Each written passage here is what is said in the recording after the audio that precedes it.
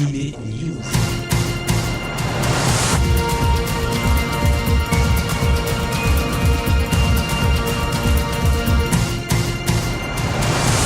Konnichiwa, bienvenue dans Anime News sur Générique Kids. C'est Alex pour votre hebdo manga et animé en partenariat avec Manganime. Ce 283e Anime News a été concocté comme d'habitude à 4 mains et par 2 Alex. Voici donc nos zooms, nos news, nos chroniques. C'est tout de suite. La semaine dernière fut plus calme côté manga, cependant voici quelques annonces et pas des moindres. Commençons avec Pika Édition qui nous a annoncé un nouveau shoujo, un nouveau seinen et un nouveau shonen. Tout d'abord, le journal de Kanoko débutera le 19 octobre. Shoujo à succès au Japon et terminé en 3 tomes, l'éditeur français prévoit également de poursuivre en 2017 avec la suite de la série en 11 tomes. Love and Lies sera la nouvelle comédie romantique futuriste de Pika. En cours au Japon avec 4 tomes parus déjà, ce titre, qui débutera le 2 novembre, vous plongera dans une société où le gouvernement sélectionne et vous impose obligatoirement votre moitié. Mais comment faire quand on a des sentiments pour une autre ? Enfin, après la fin d'Area D, c'est le retour de Young Kung-il qui est annoncé dans la collection seinen de Pika avec le one-shot Burning Hell, composé de 2 histoires sombres et fantastiques avec au scénario l'auteur du nouvel Hangyo Onshi. Grosse surprise du côté des éditions Ototo cette semaine avec l'annonce de la licence du titre Bungo Stray Dogs. La série, qui connaît un véritable succès en France depuis sa diffusion animée sur Crunchyroll, débutera dès le mois de février 2017 en manga, donc avec la parution des 2 premiers volumes chez Ototo. Enfin, on termine cette semaine avec l'acquisition du manga Real Account, un thriller survival dans lequel la survie des participants dépend du nombre de followers sur le réseau social Real Account. En cours, avec 11 tomes parus au Japon, le titre débutera dès le 10 novembre chez Kurokawa. Chronique manga à présent et Komiku qui a frappé très fort avec un thriller psychologique percutant, Kiriko, sorti le 22 septembre. Une réunion d'anciens élèves, 16 ans après le collège, c'est l'occasion de reparler, entre autres, de la mort de Setsuko, une ancienne camarade qui était décédée à cette époque. Et voici le point de départ de meurtre. Ce one-shot est une réussite graphique, mais aussi un bluffant récit pétri d'angoisse et de mystère. Shingo Honda nous emmène à bout de souffle dans une course-poursuite mêlant terreur, horreur et suspense, bien sûr, le tout avec brio. Le format du one-shot confère à ce titre un rythme soutenu sans aucun temps mort, témoignant d'une maîtrise narrative et graphique sans faille. Kiriko, je vous le conseille, c'est un terrifiant puzzle psychologique à huis clos. Kiriko par Shingo Honda, c'est chez Komiku. Chez Glénat Manga, le 5 octobre, est sorti le tome 2 de Arbos Anima, signé Kacho Hashimoto. Après l'incendie de sa forêt, la jeune et jolie Eve veut se venger et reste ainsi aux côtés de Noah. Elle découvre alors d'autres facettes du métier de chasseur de plantes. Après un premier tome qui a impulsé une belle aventure, Arbos Anima se poursuit avec ses péripéties et ses personnages parfois atypiques et décalés. C'est ce qui fait leur charme. On se laisse entraîner sans peine dans cette fable écologique aux accents de Jules Verne. Arbos Anima tome 2, c'est chez Glénat. Et également sorti le 5 octobre, le tome 3 de Inomaru Sumo et la préparation du tournoi des nouveaux de la région de Tokyo pour ce sport peu représenté en France dans des mangas, le sumo. Également sorti le 5 octobre, le tome 80 de One Piece sur l'île de Dressrosa que Luffy et son équipage essayent de quitter. Et puis aussi le tome 2 de Igei, toujours aussi gore dans ce lycée devenu un véritable enfer à cause de lycéens zombies, des zombies par intermittence. Les élèves infectés sont parqués dans le gymnase, mais derrière la raison logique, sécuritaire de cet isolement pourrait bien se cacher un dessin bien plus inhumain. Igei tome 2, c'est aux éditions Glénat Manga, c'est terrifiant. Parlons animation à présent avec une semaine qui a été très riche au niveau des annonces de simulcast. C'est normal, la nouvelle saison a bien débuté. La semaine dernière, on a parlé des simulcasts de Crunchyroll. On reparle d'eux cette semaine avec une belle palette de nouvelles annonces qui s'ajoutent aux animés déjà prévus.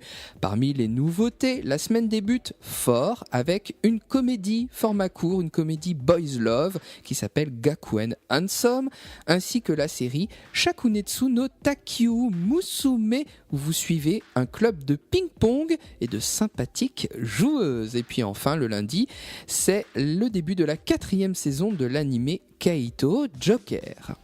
Depuis mardi, nous pouvons d'ores et déjà découvrir l'animé Nobunaga no Shinobi, une comédie au format court sur une apprentie ninja.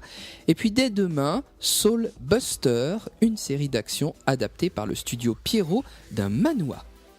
La journée du mercredi sera bien chargée. Tout d'abord, on nous proposera la série d'épisodes courts Kitaro Shonen no Yokai Eniki, qui, comme son nom l'indique, traite des yokai, ces créatures fantastiques japonaises. 4 autres formats courts seront disponibles en simulcast le mercredi. To Be Hero, une comédie totalement loufoque dans laquelle un homme très beau se fait aspirer par des WC et doit devenir laid pour devenir un super-héros. Et puis aussi Cheating Craft, une série d'action et d'humour. Toutes ces 2 séries sont coproduites avec la Chine et le Japon.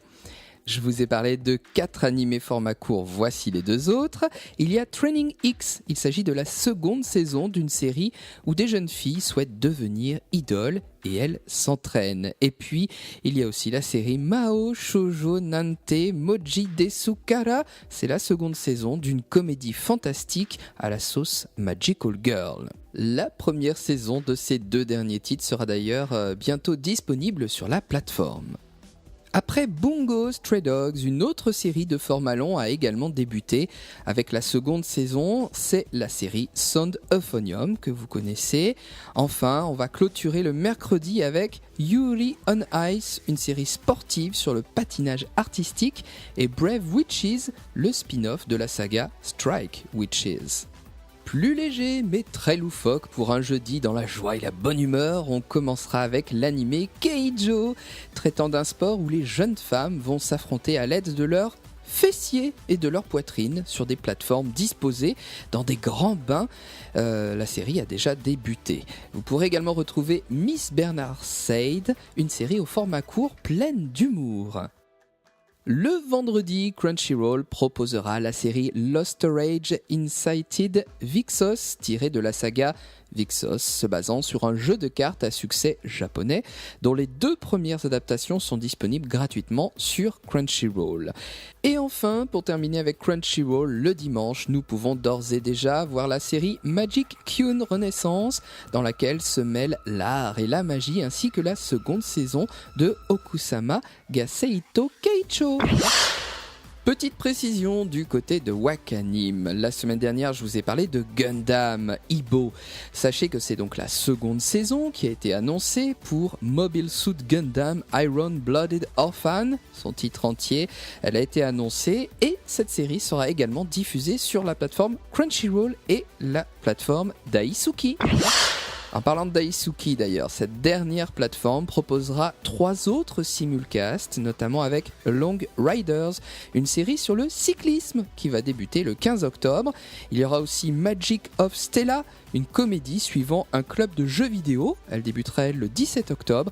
Et enfin sur Daisuki, Touken Ranbu Anamaru, qui est également annoncé et qui sera lancé le 17 octobre.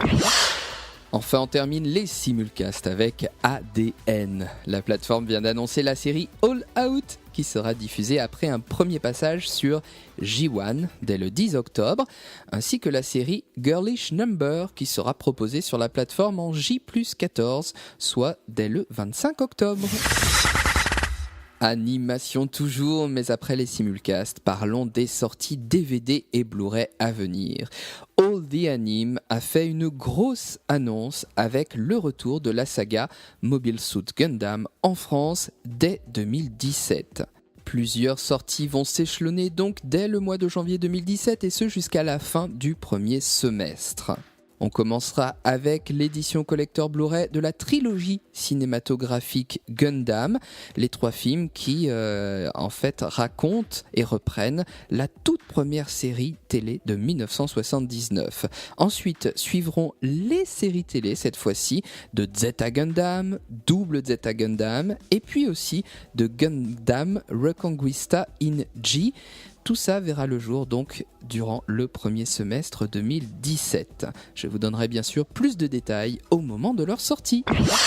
Kazé, quant à lui, a annoncé la saison 2 de Shirayuki aux cheveux rouges en DVD pour novembre prochain. Ça va vite arriver. Ce mois-ci marquera également le retour de la série K avec la parution d'un coffret combo DVD Blu-ray regroupant la saison 2, mais aussi le film. Et puis Kazé, c'est aussi le superbe film Piano Forest qui est sorti en septembre dans un beau coffret combo DVD et Blu-ray.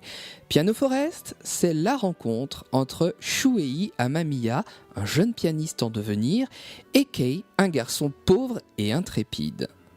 Les deux garçons sympathisent vite malgré leurs différences de milieu social. Kei montre à son nouvel ami un piano délabré trônant en pleine forêt.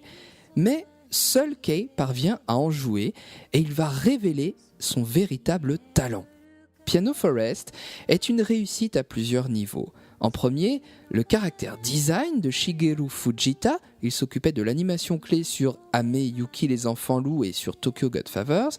Et puis, les très beaux décors sont aussi de la partie. Piano Forest, c'est aussi une très belle qualité d'animation et surtout sur les mains des pianistes en action. Et puis enfin, Piano Forest, c'est un très beau soundtrack signé Keisuke Shinohara. Il avait composé les musiques de La Vallée d'Émeraude. Le film nous permet également de redécouvrir des morceaux classiques de Chopin, de Beethoven, et d'autres compositeurs. C'est le célèbre studio Madhouse, à qui on devait La Traversée du Temps, Paprika ou Perfect Blue, qui a adapté en 2007 ce manga de Makoto Ishiki, qui a fait partie de la sélection officielle du Festival d'Annecy de 2008 et qui fut aussi lauréat du prix public au Festival Anima en 2009.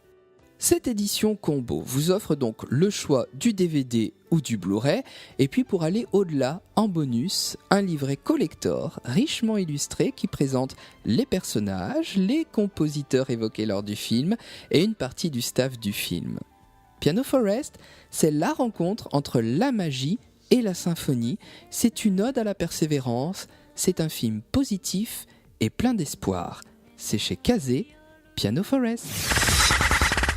Ce 283e Anime News est à présent terminé. Merci pour votre fidélité et votre écoute. N'hésitez pas à liker nos pages Facebook et puis aussi à suivre mon compte Twitter, Alex Animé Manga, puisque l'actu se vit au quotidien, surtout pour les simulcasts d'ailleurs. Merci à notre partenaire, Manganime, et à Alexandre Louchet pour m'avoir aidé à préparer ce numéro comme chaque semaine. Le second rendez-vous animation japonaise de la semaine sur Generic Kids s'appelle Anime Story, vous le connaissez. Chaque semaine, je vous parle d'une série que vous avez aimée. C'est à 21h le mercredi soir sur Generic Kids. Il ne me reste plus qu'à vous souhaiter une agréable semaine à l'écoute de notre antenne. Restez bien branchés, les programmes continuent. Rendez-vous dans 7 jours. Salut, salut!